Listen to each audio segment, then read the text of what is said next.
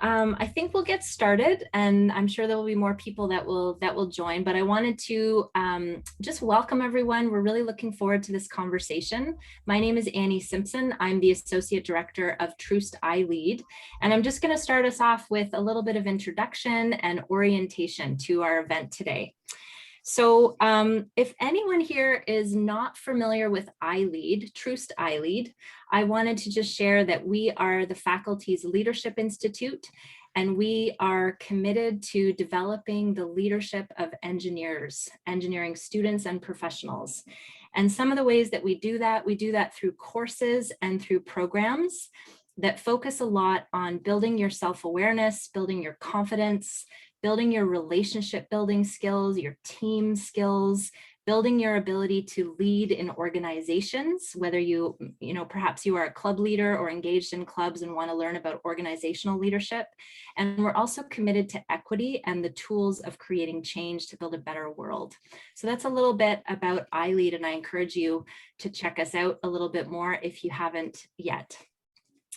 I would like to share a few norms about today's event, just to kind of give some direction here. So we do ask everyone to keep your microphone on mute, just to not interfere with the sound of the panelists.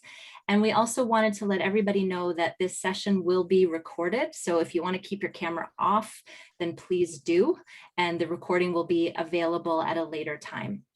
And finally, we really want to hear from you. And as we move through this conversation on influence, we welcome your questions. So please don't feel like you have to wait till the very end to ask questions. We will have a formal Q&A period for the last 10 or 15 minutes of the event today. But if you want to post questions throughout the conversation, we really welcome you to do that. And it helps us sort of know what's landing and how what we're talking about is being received. So please go ahead and do that. Okay. So before I get started and introducing our panelists, I wanted to read a land acknowledgement. So this is a land acknowledgement that is focused on the land on which the university is based, and we'll put a link in the chat that will allow you to look at the land that you are currently on and learn about the Indigenous peoples who are the first peoples of the land that you are on. So we wish to acknowledge this land on which the University of Toronto operates. For thousands of years, it has been the traditional land of the Huron-Wendat, the Seneca, and most recently the Mississauga of the Credit River. Today, this meeting place is still the home to many Indigenous people from across Turtle Island, and we are grateful to have the opportunity to work on this land. We're talking today about influence, and wanted to just mention in relation to this land acknowledgement, and to make the land acknowledgement more impactful and to really absorb the land acknowledgement. I think we all are very aware at this point that we need to use our influence to address the policies and the practices that maintain systemic racism. And we've been reconciling in this country with the history of Indigenous people and the tremendous harm that has been done over many generations. So as we talk about influence, it's really important to think about how you and your communities can actively work to influence positive change. So on that note, I would like to introduce our very influential panelists, and I'm going to start with Ernesto. So Ernesto Diaz Lozano Patino, Civ 1T5 plus PEY, is a civil engineer currently working as a sustainability consultant at the IBI Group. He has a passion for sustainability and believes that climate change is the largest threat to our global society. Ernesto is particularly interested in sustainable buildings. And for a full bio on each of these amazing panelists, we'll post a link and you can read a more fulsome bio. In addition to his work in sustainable buildings, Ernesto is committed to leadership and was the president of the Engineering Society when he was at U of T. So welcome, Ernesto. Thank you for being here, and maybe you can let us know where you are joining us from. Hi, thank you very much, Annie, for the introduction. I am currently in Toronto, and yeah, physically in Toronto, and also working for a Toronto-based company. And I'm very excited for this event. Thank you so much for organizing. Hey, we're so glad to have you. All right, so our next panelist is Phil DeLuna, MSc PhD 1T9. Phil is an award-winning scientist and carbon tech innovator. He is currently on leave from the National Research of Canada, where he led a $57 million Canada-made clean tech program. Phil was a Carbon X Prize finalist, a Forbes Top 30 Under 30, and he hosts a podcast that we are going to put the link in the chat for those of you who are curious about it. Definitely check that out. Phil is currently the Green Party of Canada candidate for Toronto St. Paul's, and he's running to bring more diversity to Parliament and more science to politics. So thank you, Phil, for being here. And where are you joining us from? I am coming live in the middle of Toronto, and I'm really happy to be here. Thank you so much for inviting me. And it's a pleasure to be with a couple of amazing and influential co-panelists as well. So really excited for the conversation today. Okay, fantastic. So our final panelist is Jacqueline Mccoon, and Jacqueline is an MSc 1T2T1 plus PEY. That's a long one. And she currently serves as a senior project manager at the Standards Council of Canada. Her team develops accreditation programs for national and international certification bodies on artificial intelligence and advanced manufacturing. During Jacqueline's bachelor's and MEng at U of T, she focused on failure analysis and participated in many iLead courses, I believe 5 graduate iLead courses, which is incredible. Jacqueline also has her MBA, and we're really delighted to have you with us, Jacqueline. Where are you joining us from? Thank you. I'm joining from the beautiful West Coast in Vancouver, which I saw some of the participants are also joining from. And just really happy to be here and super humbled by the other panelists. So this will be great. Okay, awesome. So we thought we would start off when talking about influence. We wanted to just sort of take a moment and look at, like, how does the Webster's dictionary define influence? Because this is a pretty big topic. And Milan, I think, is going to pull up a slide that has the dictionary straight out of the Webster's, or sorry, the definition straight out of the dictionary. And I'm going to ask a couple of you to just respond to what stands out to you about this definition, and how do you relate influence to engineering leadership? So some of what was in the dictionary: the power or capacity of causing an effect in indirect or intangible ways, the act or power of producing an effect without apparent exertion of force or direct exercise of command. Also, potential corrupt interference with authority for personal gain. One that exerts influence, and I like this last part, an emanation of spiritual or moral force. So I'm wondering, Ernesto and then Jacqueline, what struck you about this, and how do you connect the concept of influence to engineering leadership? Annie, I think for me, the thing that struck out the most was the bullet point A, the act or power of producing an effect without an apparent exertion of force or direct exercise of command. And the reason why that struck the most is because, to me, it speaks directly to one of the biggest learnings I have during my engineering leadership education through iLead, which was a concept of everyone's a leader. And that everyone can act leaderly regardless of where you sit in the chain of command. And a lot of that is because of influence. And in my view, the key to being influential is to be inspiring to others. And that ties back to this definition. If you are acting power without an apparent exertion of force or direct exercise of command, it's because people are choosing to follow you. And people choose voluntarily to follow only if they're inspired. They're not going to follow someone that's not inspiring. So, as you move in your professional life, you're going to join many organizations, and it's very likely that you may not have people directly reporting to you.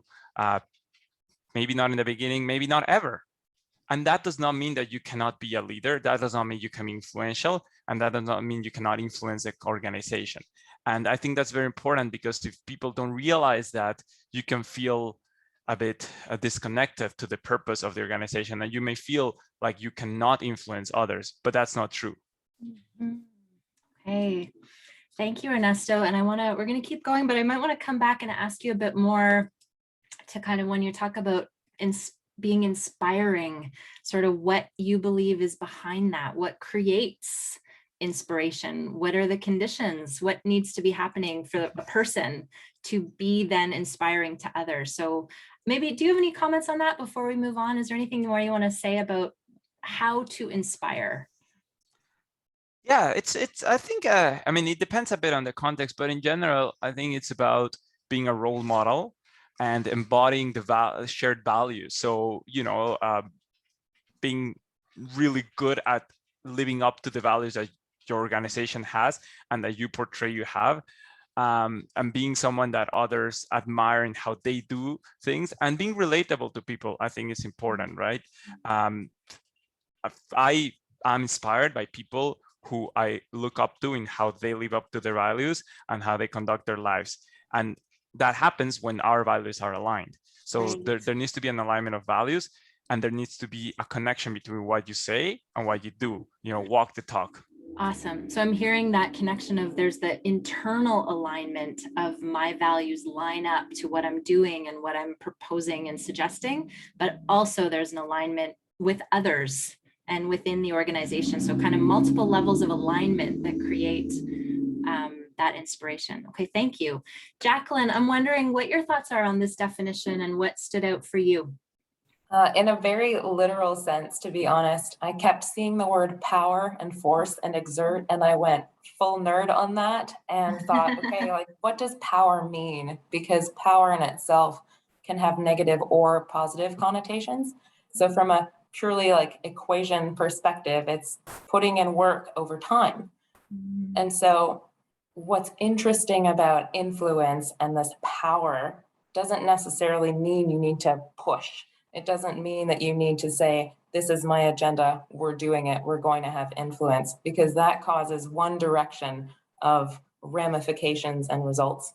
And so what's also interesting for people who aren't feeling particularly motivated or aren't seeing the results of their influence, just remember that it's work over time. And exactly to Ernesto's point, you want for a sustainable influence and for sustainable followership, it's usually not a push, it's an invitation. Love it. I love that distinction between a push and an invitation. Thank you. Okay, so we're going to move on, and I'm going to come to you, Phil, and then back to Jacqueline. And our next question is, how do you see influence play out in your organization? So if we were to try to break it down a little bit, what does this look like tangibly? What are some of the behaviors that you see related to influence?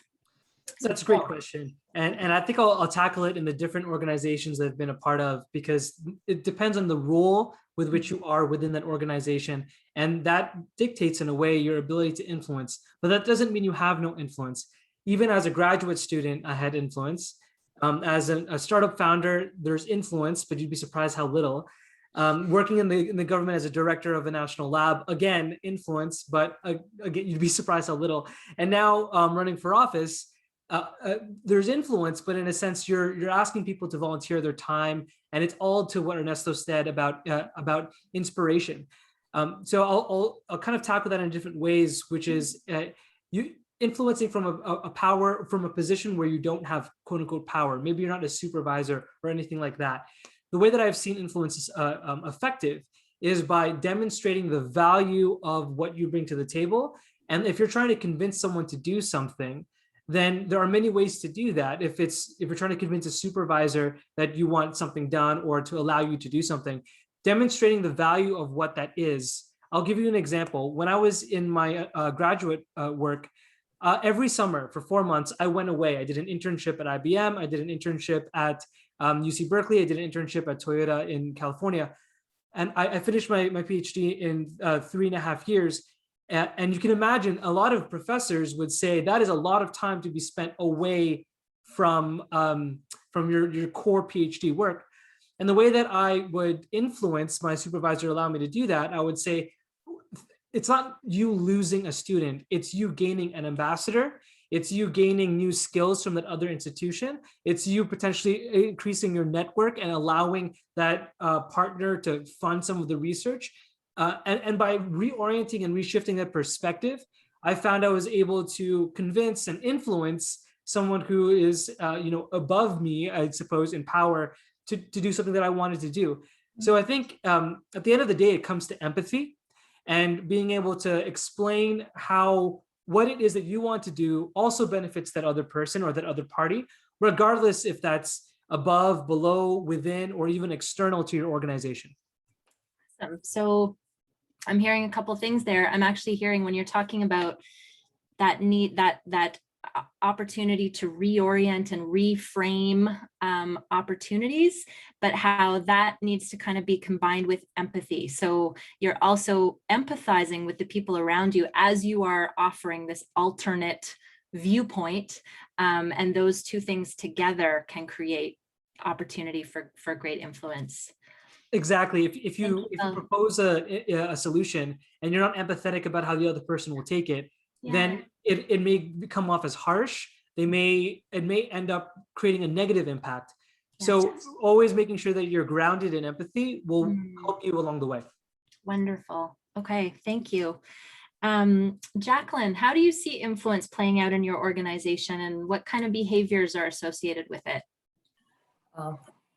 I think there are different types of influence, to be quite honest. So we'll start with the heaviest, which is more of this negative influence push concept I mentioned, which is where someone has an idea and they're going to get you to participate. And so there is some sort of pressure. And we've all had either parents or family members or professors or even bosses that are very much aligned with this get it done at whatever cost attitude. And so that's how that shows up. There's this neutral influence, I would say, which is the more apathetic. They show up and they're in a position of power, meaning in this hierarchy perspective, they are above you in a role that can make that influence if they want, and they genuinely just don't tap into it.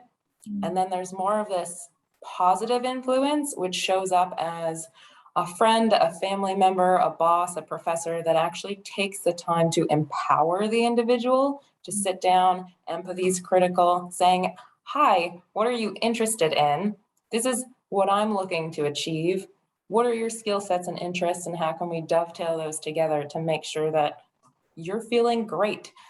And it is usually conversational, but it can be in any format. But that's typically how I would see the different versions of influence. And I think we all have our own examples of, oh man, that guy was just so pushy, or this lady was just really, really emphasizing their own agenda, versus the individual who will sit down and try to empower you.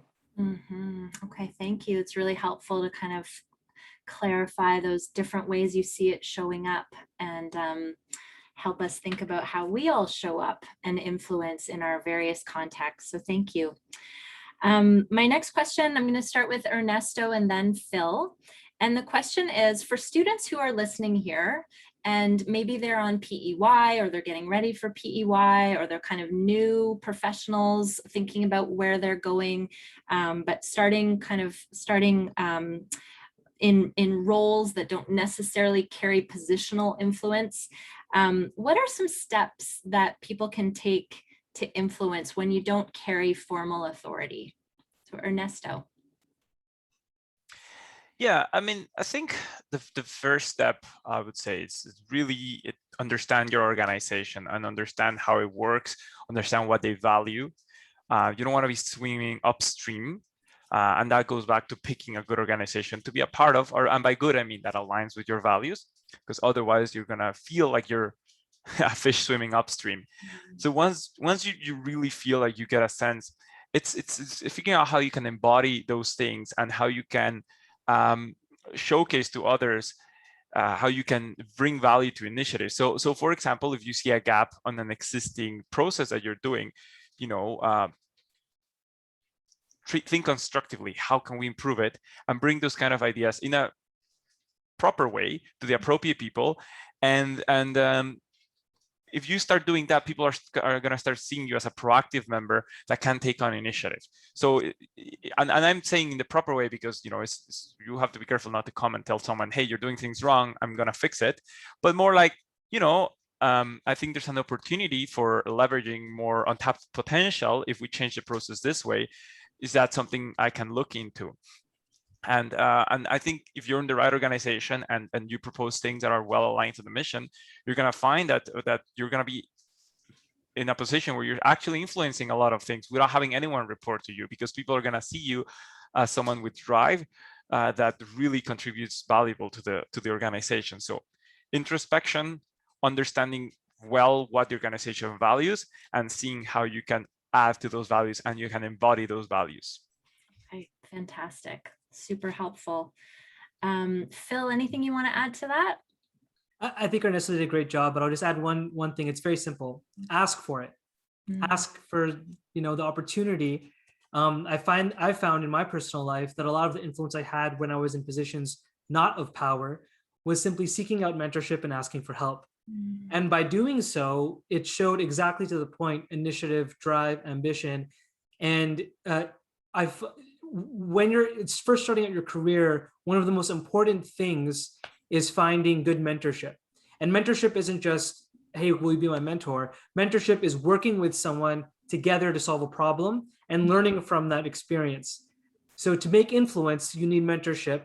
To get mentorship, you have to ask for it. Okay, fantastic. I actually want to ask you a bit more about the mentorship. So I'm going to move on to our next question, but our next question is very related to this question. So maybe there's a little more that relates to mentorship that might come up here, but I'm going to come back to you, Jacqueline.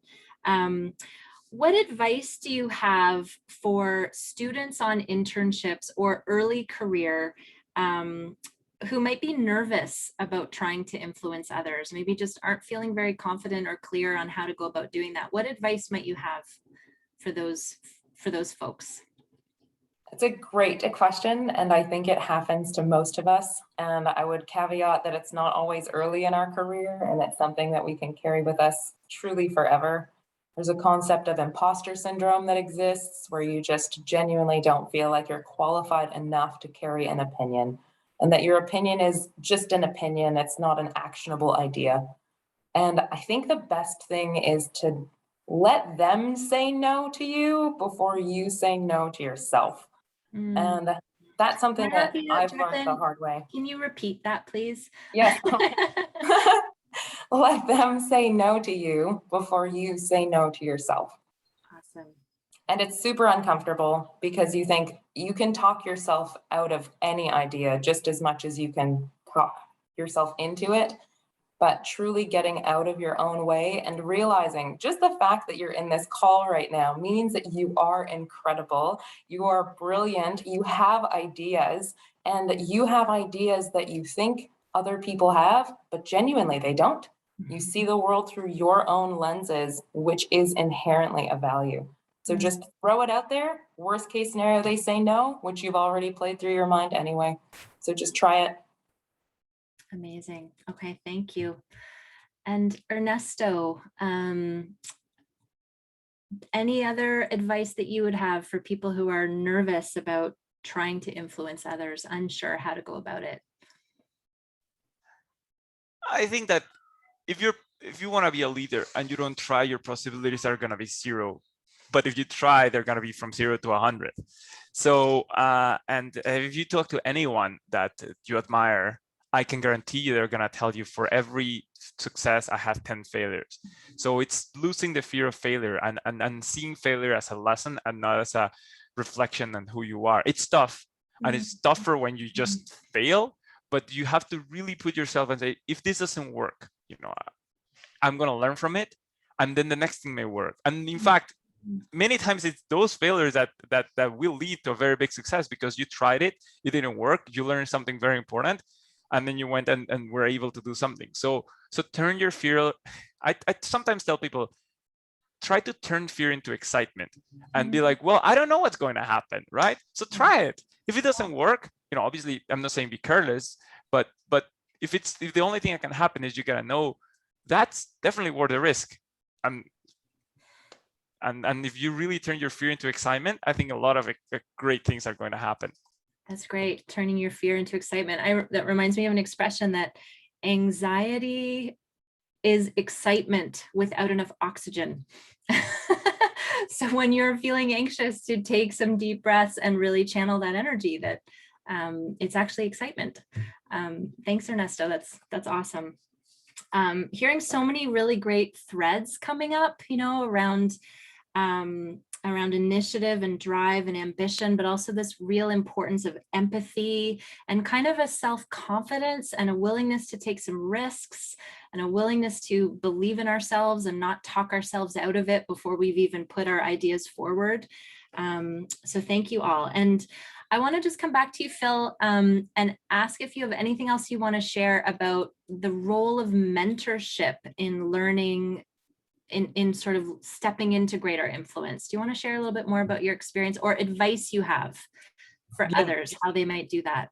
Absolutely. Actually, throughout my graduate studies, I had a master's supervisor who wasn't the best mentor, just in terms of style and managerial style and how we got along.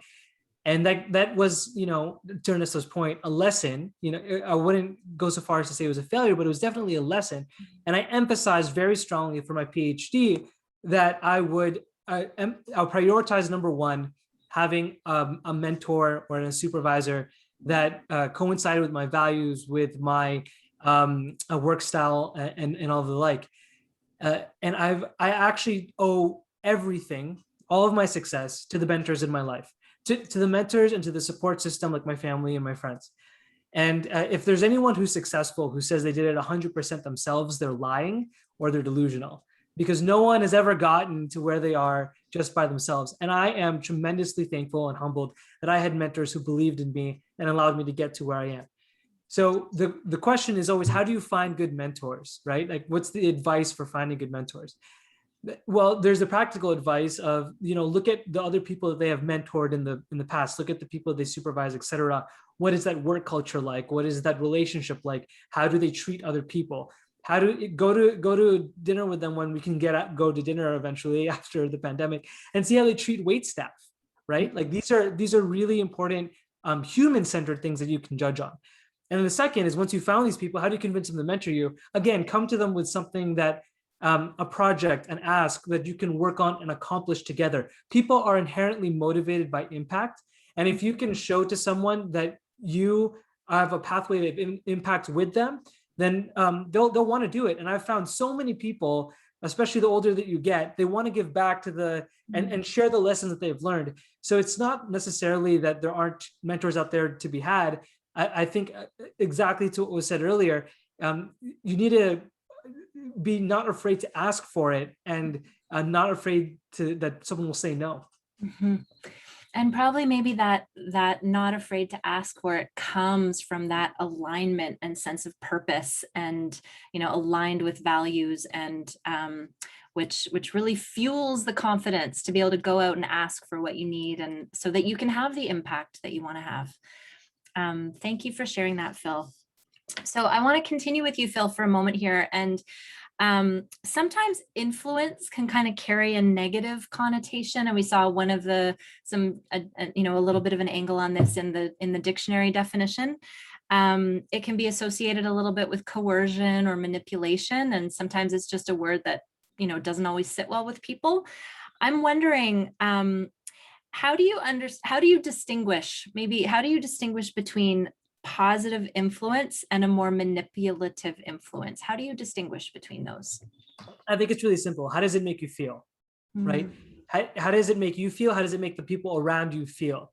If it's positive influence, then what it does is it unlocks internal motivation, and it makes everyone around you feel better and aligned to the goal. If it's negative influence, then and if it's coercion, or if it's utilizing position and power to determine what someone does, then inherently those people will not want to do it. No one likes being told what to do. People want to feel like they have decision and authority and onus on their own actions.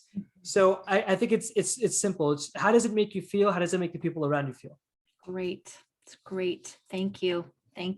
Okay, so we just have a couple more questions here, and I think all of you are I'm gonna call on all of you for this question. So the question, this is sort of more of an equity and identity related question. We know that it can be challenging for some groups to be heard and seen for their contributions. What are your thoughts on the challenges that women or people of color or other equity deserving groups might encounter when working to influence? And maybe Jacqueline, I'll start with you. I think it's a very interesting topic, especially right now, because we're looking for a simple solution for a complex issue. And what I've seen work most beneficially, I'll start there, is people just not saying no first to themselves and pushing past that limitation. Because in a way, and we know this in terms of like physical performance or academic achievements, as soon as we put a mental barrier, we actually self-limit. So if we look at it and go, oh, because I identify as a woman, then there's a glass ceiling for me. Whereas if you just go, I'm just gonna try my best and we'll see how that goes. And if there is a limitation, then I will address it when it happens instead of proactively assuming it's going to be there. Because sometimes, to Phil's point, mentors are going to come, different people are going to be there to just say, hey, let me help you out. This isn't like an equity deserving issue. And if it is, also let me open a door or let me strategically amplify your position so that it is in a more equitable spot. Great, thank you. Ernesto. Yeah, I completely agree with Jacqueline. I see this as obviously a very complex problem, and I think there's two important things at the personal level. One is, pushing forward, and if you are in that position where you feel you're being limited, continue to fight, continue to not say no, and make your voice heard. But also, even if you aren't, we all need to be allies in fixing this kind of problems. And so even if you're personally directly not being affected by that because you're from I'm going to use the word privileged sector of society, you have a job to fight this problem, right? And you have a job to raise the voice and say, this is wrong, and we got to fix this, and be an ally to all these important causes, because otherwise it's not going to get fixed. So if everyone has that attitude that we want to fix it, it will be fixed and we will drive the cultural change. But cultural change doesn't happen by itself. We need everyone to embrace it and push for it. Amazing. Okay, thank you. And Phil. Yeah, I think, of course, I agree with everything that's been said so far. But I'll also add that systemic racism and institutional racism does exist in our society. And it's acknowledging that is the first step to being able to address it, right? You can't manage what you don't measure, typical saying. I think this is extremely true, and we're seeing this today with Indigenous peoples and a lot of the uncoveries of the tragedies and the horrific nature of what's happened in our past that, quite frankly, I'm Filipino Canadian. I moved to Canada when I was 5 years old. I had no idea the extent of these tragedies until my adulthood, none. And that's a problem, right? That's a problem. So I think that diversity is such a loaded term, and equity is such a loaded term. There are all these different ways that we as humans categorize ourselves, whether it's gender, ethnicity, race, religion, everything. And in my view, the best ideas come when we have differences of opinion and differences of lived experience coming together at the table, regardless of all the different ways that we categorize ourselves. But we have to also acknowledge and recognize that there are institutions that have been built up over time that were only built up with a certain set or facet of society involved. And what we're seeing today is an evolution and a progression and a transition, which I think is important and necessary. And equity and inclusion is about including the next generation and the new voice and the more diverse and representative set of actors and people and experiences to the decision-making table as we move forward as a country and as a society. So it's tremendously complex. And to bring it back to influence, I will say that I don't necessarily think that my influence was either hampered nor helped by my racial identity. I think it's a little bit more complex than that. And I think, of course, it influences it. I think that my work ethic and my drive is driven a lot from being a first generation Canadian immigrant, which may have brought me to where I am today. But all this to say, we shouldn't be reductionist with how we describe these things and recognize that everyone is unique and different. And it is a combination and sum of our differences that create our unique personalities and our strengths. Amazing. Thank you all. Really appreciate your answers. And vote Phil DeLuna, I'm just going to say. Thank you.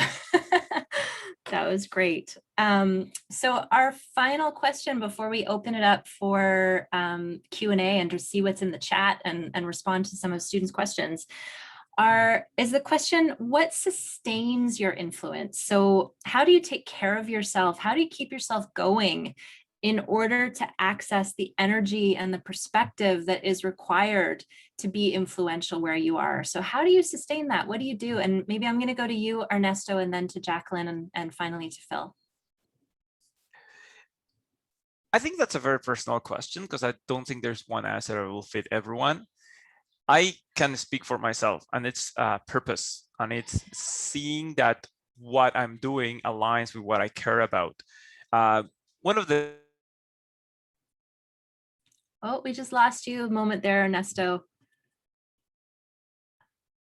Okay, Jacqueline, let's go over to you and we'll come back to Ernesto. Absolutely. It looks like he's DJing right now. I agree with Ernesto that it's very personal. So high level, I think it's finding out what motivates you. And sometimes you just have to get stuff done, like an exam's happening tomorrow, so I have to study or not and wing it. But also just knowing, like, do you need to take a walk right now? Do you need to go play a video game, sleep, like whatever you really need to do. Hey, Ernesto. I'm back, sorry. No problem. We'll come right back to you, Ernesto. Thank you.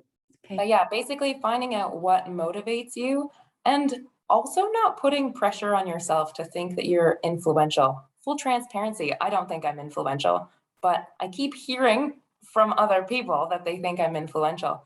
So without having it as an agenda item or something at the forefront of your mind, unless you're Phil, who's trying to be in a position where you can actively be influential, just be yourself and be authentic. And also a little bit of a reverence is kind of great, because when you set boundaries, and it's counterintuitive, when you set boundaries for yourself, for your well-being, for your time, it's uncomfortable, but people genuinely respect you more when you have boundaries. So, yes. Interesting. Okay. I'm curious to hear more about that, but we will move on. Thank you, Jacqueline. So back to you, Ernesto. You were talking about purpose. Yeah, so I was saying for me, it's purpose and making sure that what I'm doing aligns with what I care about and what I see for my life. I was saying one of the most insightful things I gained from engaging with iLead was in Foundations of Engineering Leadership, APS 343, we had to write our own personal vision. And it was a very, very insightful exercise of going through your values and how those are going to shape a vision for your life.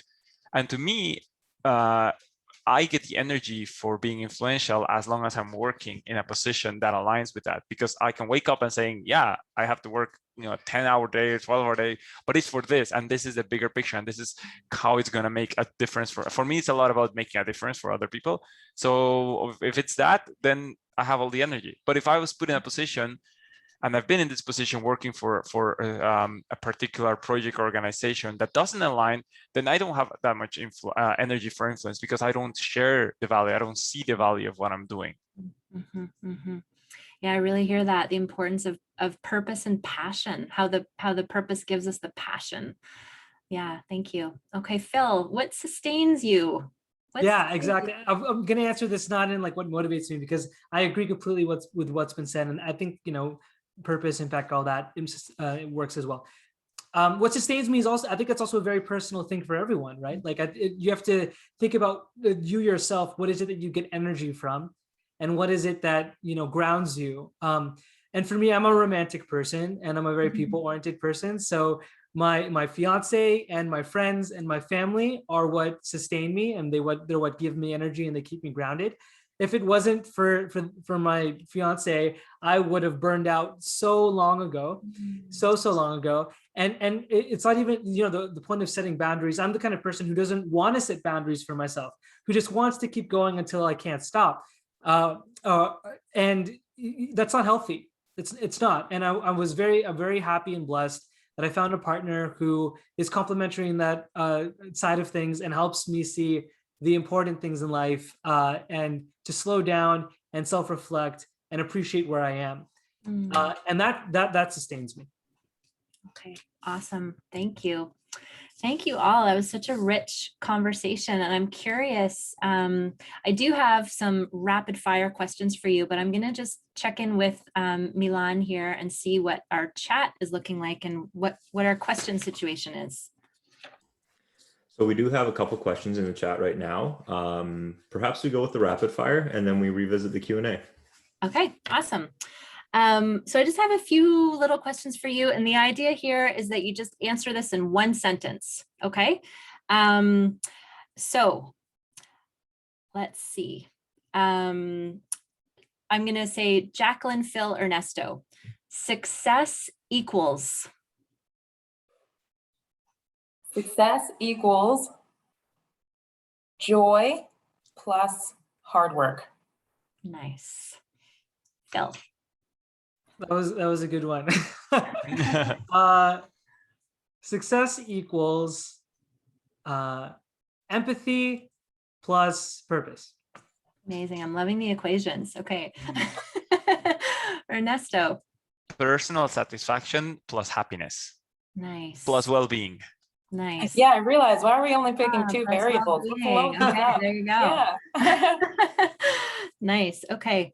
One thing that you each do to recharge. Phil, Ernesto, Jacqueline. I love to boulder, like rock climbing, but it's closed now, so I can't. And I love to longboard. Nice. And Phil made that longboard, by the way. He made it himself. Ernesto.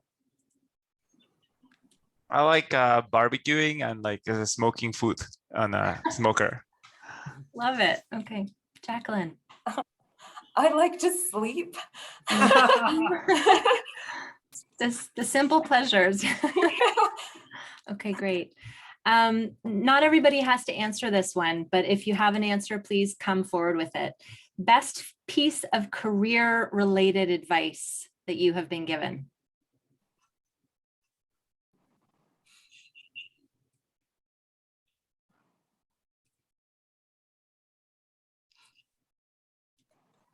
I have one. Okay. It was when you're writing a resume or a cover letter, it can be really uncomfortable to write down, and there's sometimes just a mental block around how to sell yourself in an authentic way without seeming cocky. And the best piece of advice I got for that is, imagine your best friend or your best family member, whoever it is, has the exact same skill set as you, and they're applying for a job, and you want to just pump them up. Write that cover letter, write that resume, do that interview with that person in mind. Awesome. That's great. That's a good one. I think it was I remember once being told, learn to negotiate when you're getting a job offer and everything like that, because when you're going to an organization, they will see how you negotiate for yourself, and that can relate directly of how well you're going to be able to negotiate for the organization. And sometimes negotiating takes a bit of a negative connotation, but I think almost everything in our lives involves some sort of negotiation, and being a good negotiator is an imperative quality of a leader. Amazing. I can see how the skills of negotiation and the skills of influence also come together. Thank you, Ernesto.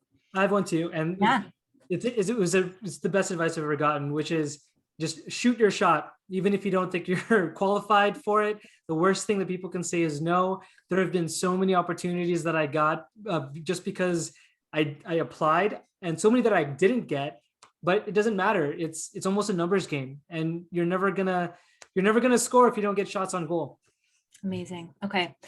Final question, and I'm going to challenge you all to be very brief with your answer here. Something that you've learned about leadership that you did not know as an undergrad.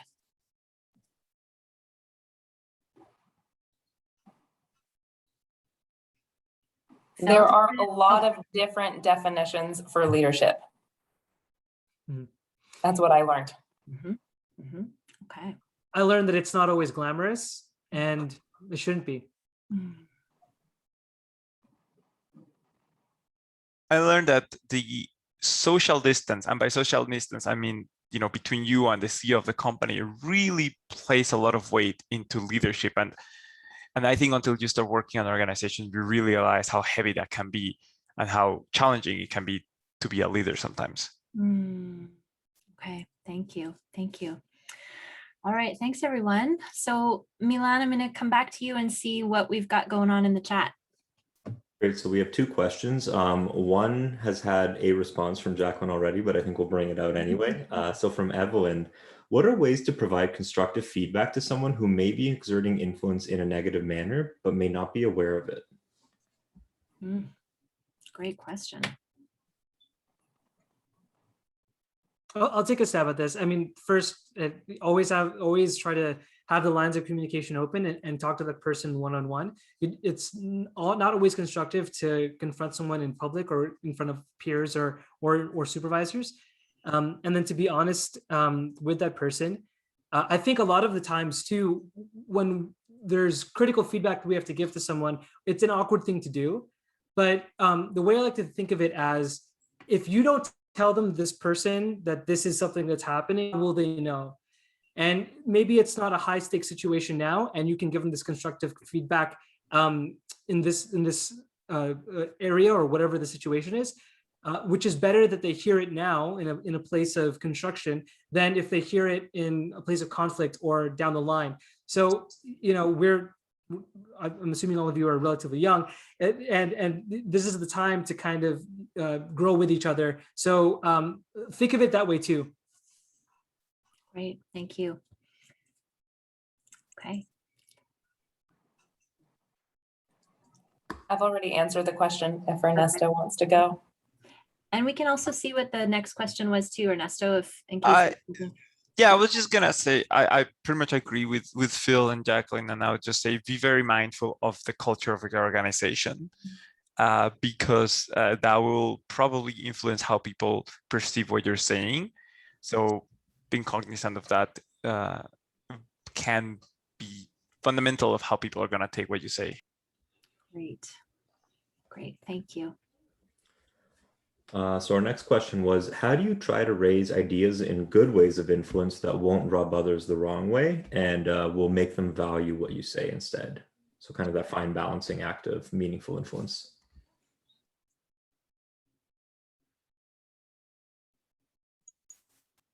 I can take a stab at this one first. Please. Understanding the other person's communication style, I think, would be the most critical. Some people love direct feedback. Very raw, honest. It may rub them the wrong way, but they actually appreciate the directness. On the other end of the spectrum, you have people that love things sugar-coated and more nuanced. So finding how that person's communication style is first will allow you to then integrate and adapt how you want to give that information in a way that they will digest and see that you met them where they can appreciate it. Amazing. That really comes back to those themes of empathy that have been coming up, and even Ernesto, what you said about the organizational culture and how important it is to sort of know how things tend to get done and what the norms are, so that you're communicating in a way that fits with those norms a little bit. Yeah. Was there more you wanted to say, Ernesto? I was gonna say, I almost took the question in a different way in my head about, how do you exercise influence without rubbing people the wrong way? And it ties to the culture and some of the politics. Every organization has politics. And again, it's another word that sometimes people take the negative way, but it's inherent to our relationships in society and organization. There's politics, and it's important to understand what people think is the role so that they don't feel like you're just stepping in. And I've had a lot of that when I was coming to a new role, where at the beginning there might be some friction with certain people because I'm just trying to get used to what they expect of me. And sometimes I do something with good intention, thinking I'm taking initiative, but that person feels like I'm just stepping into their work. So it's about fine-tuning and being very open to people and telling people, these were my intentions. I didn't want to step over. Please tell me how I can change so I can adapt and we can work together well. Great. Ditto. Nothing else further to add. Awesome. Thank you. We have a couple more that just came in, and we'll Okay. start with one from Caroline. If one wants to get better at influential leadership, how do you start and how do you track your progress? What kind of metrics do you keep in mind? I'll start on this one. I mean, as engineers or as scientists, people always want data and they want to be able to track everything. And I think influence is actually one of these intangible things that it's difficult to track. And it's very much more qualitative than it is quantitative. But a way that you could track it is how do people talk about you when you're not around? Do they talk about you positively? Are they inspired by you? And again, that's hard to measure because you're not going to go around your friend or your colleague and say, hey, how are they talking about me? But you'll know, you'll start to hear it, right? So I think that's a good way. Great. Awesome. So I really like that idea of tracking, and I'm glad Phil answered because I had no idea. But I think I can speak a bit of how to getting better, and it's another concept that I really got out of engaging with iLead, and was continuous improvement. Like, get better by acknowledging that you can always be better. So never settle and say I can get better, and be proactive. Engage in events like this, engage in conversations, read. There's a lot of literature. So to get better, it's important to start by acknowledging that you can always get better, and not take a if it's broken, don't fix it attitude. Awesome. Okay. So great. Was there one final question, Milan? One more in the chat. Sarah made an observation that everyone on the panel seems to be a great speaker, and it seems that being a great speaker has an impact on the influence that one can have. So the question is simple. Any tips on being a great speaker? Practice, just lots and lots of practice. You get better. Speaking publicly and speaking in general is one of those things that you just get better with over time. And do different kinds of it. Go do an improv class, try stand-up comedy for a bit, getting over that fear. Volunteer for a political campaign and go door-to-door knocking. Yeah, so you can try doing that too. But all of these sorts of things is just practice. I would say two things. One is, in terms of tips, speak with purpose, speak with clarity, and speak with passion. But in terms of how to do that, one interesting way of doing it is finding your style. So understand how you can, how do those things relate to you, but also listen to influential leaders, spend time listening to speeches from reading speeches from influential leaders, and read between the lines. Like, why did they use the words that they did? Why did they say things in the order they did? What kind of body language they used? What kind of intonation? And that's going to give you a lot of ideas of how to structure your ideas to prepare for speaking publicly. Amazing. Thank you all so much for this. And on this topic of articulating and speaking and public speaking and working on public speaking, I did want to just share that there are a number of courses that really center on this that might be of interest to people listening. One is our undergraduate course, The Power of Story, Discovering Your Leadership Narrative, which is a course about telling your story and getting more comfortable telling your story. And for graduate students, we have a graduate course on presentations that is also very much about developing your confidence and your capacity to speak publicly with impact. So check those out. We also sometimes offer leadership labs related to public speaking. So that might be something that comes up in the future as well. So thank you all so much. This was a really fantastic conversation, and all three of you are such fabulous influencers, and you have inspired us with your purpose and your alignment and your empathy and your awareness of context and your vision. So thank you all so much for being with us, and thanks everyone for tuning in today. Our next career talk, our final career talk of the summer, will be on July 22nd. And it will be a conversation on leading others. So we'll have some fantastic people coming, and really looking forward to that conversation. So be sure to register for that one.